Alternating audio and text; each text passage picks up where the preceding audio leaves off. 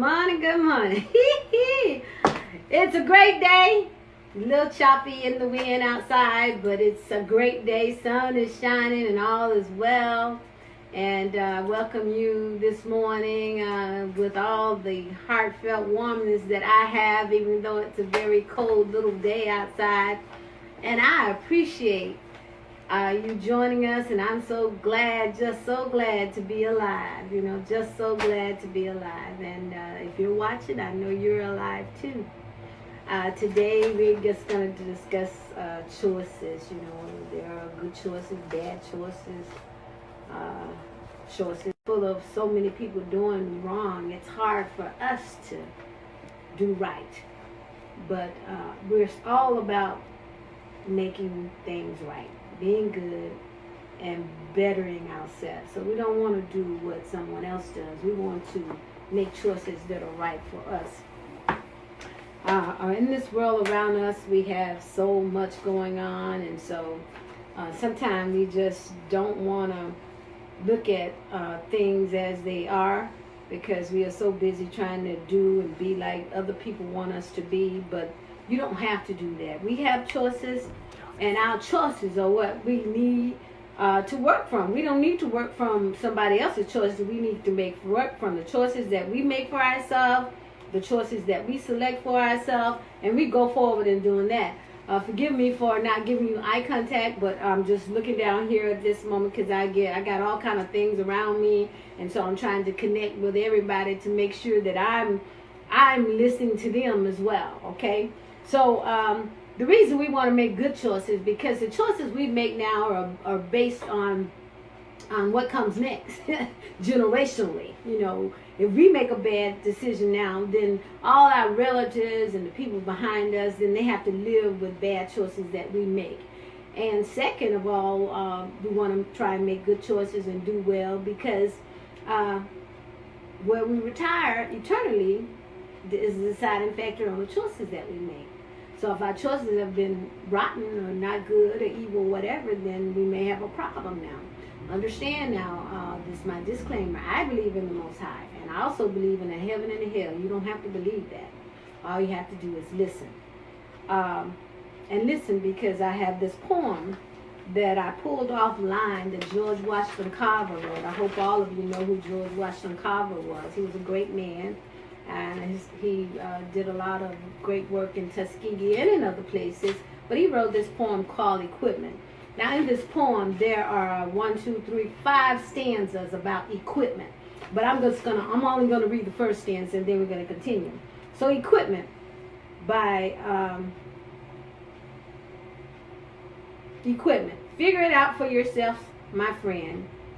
You've all that the greatest have had within: 2 arms, 2 hands, 2 legs, 2 eyes, and a brain to use if you would be wise. With this equipment, they all begin. So start from the top and say, I can. So this is a poem too, also online, that gives credit to a man named Edgar A. Guest. I've always traditionally known it as a poem that George Washington Carver written, but in any case, I want to make sure that I give this stanza to appropriate persons. I'm using both names because, we've been hoodwinked, and we don't know what to believe in the secular history or even in our Creator's history.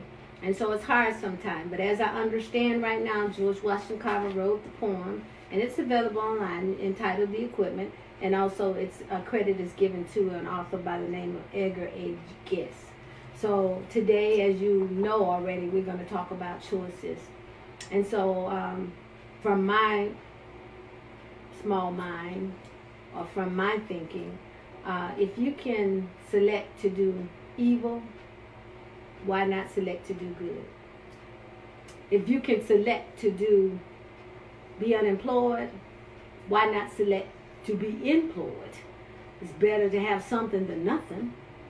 If you can select to drop out of school, why not select to finish school? And so the list can go on and on and on with choices. But what I'm saying, if you can select the bad choice, why can't you select a good choice?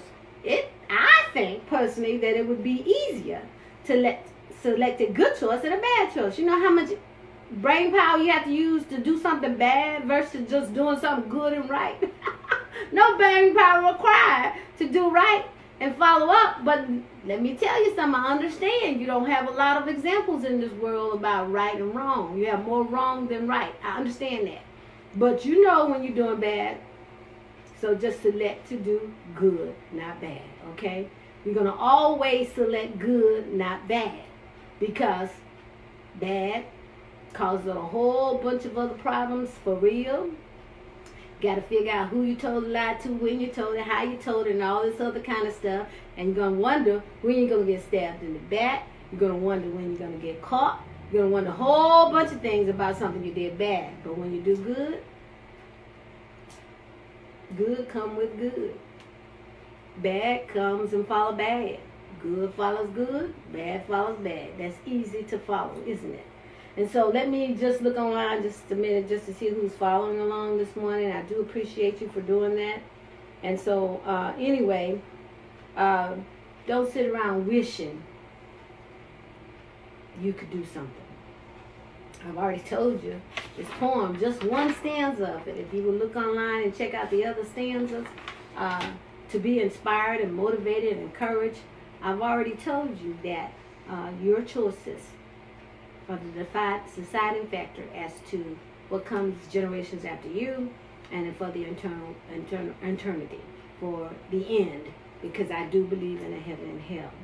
So one thing you want to do is seriously make the choices that are necessary for you, for your family, for others, for this world.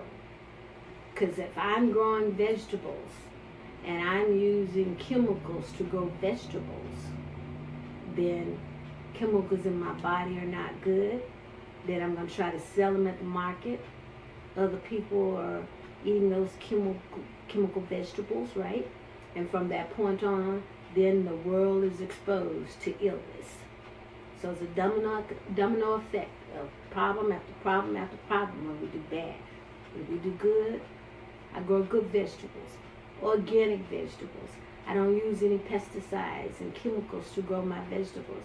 Then my family eat good vegetables.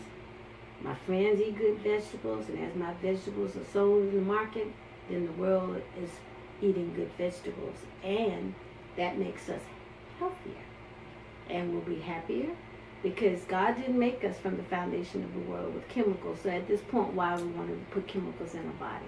I might be off topic just a little bit about our choices, but everybody else talking about Papa's chicken sandwich, why can't I? And it's not because it's a good thing, it's because it's a bad thing. It's the choices to eat a Popeye's chicken sandwich. It has 33 to 35 chemicals in that sandwich. So our body doesn't know what to do with chemicals, and so we react to those chemicals in illness or diabetes or overweight, become overweight. We can't sleep at night. It's just a whole bunch of things that occur because we're eating the wrong way. And I can eat myself some fried chicken now, but I'm having to back off of that because it's not good for us. It's not healthy. So I have decided to make better choices in my food choice. And so you have to decide that also, not only in food, but in every situation in your life, in your relationships and finances and all that you do. Just let me take a look here. So anyway, good morning to you.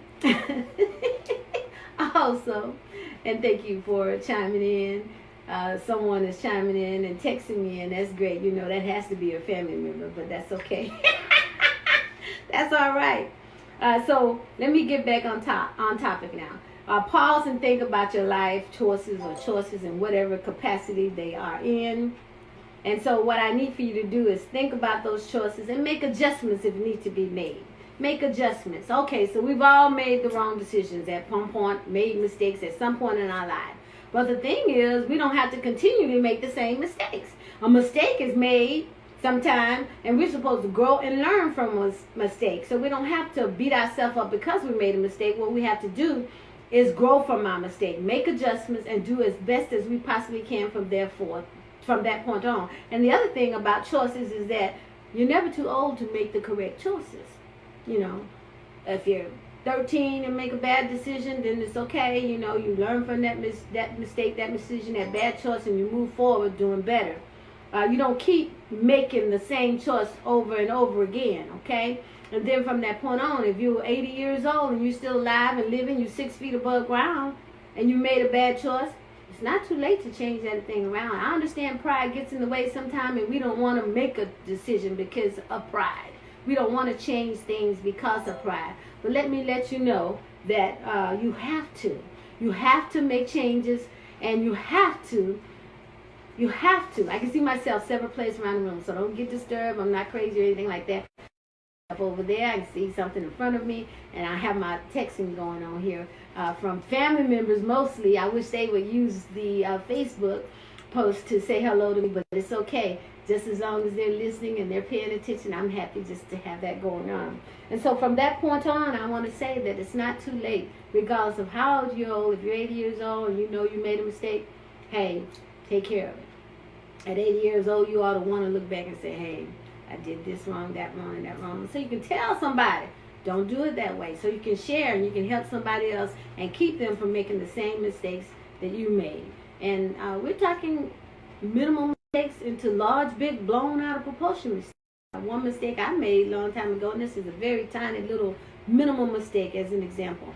I love red velvet cake, but no nuts. I'm allergic to nuts. So anyway, I'm in the kitchen, my mom's kitchen. I don't know. I was driving. So let's say I'm 17 years old, and I decided I wanted to bake me a red velvet cake. And so I know how to bake a pound cake, so I'm using a pound cake recipe. And I'm thinking in my little head that all I need to do is add some red food coloring to this cake to make it a red velvet cake. How wrong was I? I'm thinking to myself, as I stirred my batter, and my batter is still pink. I'm like, this not gonna work. So I run to the store and got 2 more boxes of food coloring, and I put more red food coloring in the cake. My batter, trying to make my batter red now. I know better now, but I didn't then. That's a mistake. Finish the story anyway. So there I am. I'm steady putting this red food coloring into this batter because I want this batter to bake red. You know, I want it to be red like I have always loved my red velvet cake. No nuts. Well, as you know, any baker, you know, you already know the story because you know how to bake a red velvet cake. And red cake, the red food coloring is not even a good ingredient. But I didn't know. So the story. Moral of it, I don't know how much time I have left, but the moral of this story is as I tried to make this red velvet cake with all of this red food coloring, I went on and baked it. I had special baking pans that I had bought because I knew I was going to make a delicious red velvet cake. Oh, it was the best food I'd ever made in my life. That cake was horrible. There was someone in a yard behind us in the backyard who had some chickens. And so, you know, chickens supposedly eat anything. But let me tell you, they did not eat that red velvet cake. When it was thrown into their little area where they're supposed to come and just nibble all their shoot, the chicken ran. My family was horrible. We tried, but it was just horrible. But you know why? Because it was a bitter red food coloring that had made the cake horrible. So, you know, I researched a little bit more and I figured out how to make a red velvet cake. If you were to ask me to make a red velvet cake right now, I could do it for you and it would be delicious. It wouldn't be horrible. It wouldn't be something that you couldn't eat. But just using that small little mistake as a reference to choices. If I had asked someone in the beginning how to make a red velvet cake, I would have fared much better. But here I am, I'm taking it upon myself. I'm going to use a pound cake recipe and add red food coloring. Now, you already know, I don't have to talk about that no more. That was a disaster. But sometime in our choices, we have to research and we have to ask questions. We have to see what's right for us. We have to think about the end result of our choices. You just don't make a decision and don't worry about the steps that it's going to take to get there. And you can't worry about, you need to worry about how it's going to end up, you know. So that ended up horribly, that red velvet cake. But it's okay. Now I know. But if I had not tried, I never would be able to make a good red velvet cake. All right?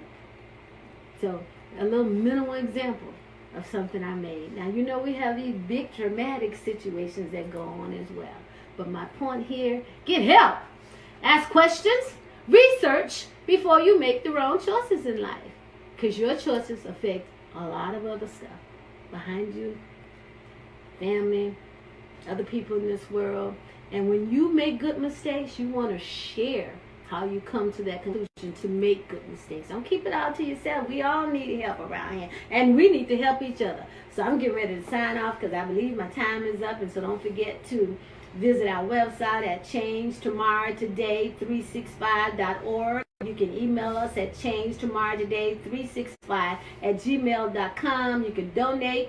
Next week, I want y'all to look at our t-shirt. I want you to purchase some t-shirts, and if you want to, and some bags that we have, and we have some pins that I'd like to mail to you, just so that you can always remember that you can change tomorrow today. And we have 365 days in a year to do that.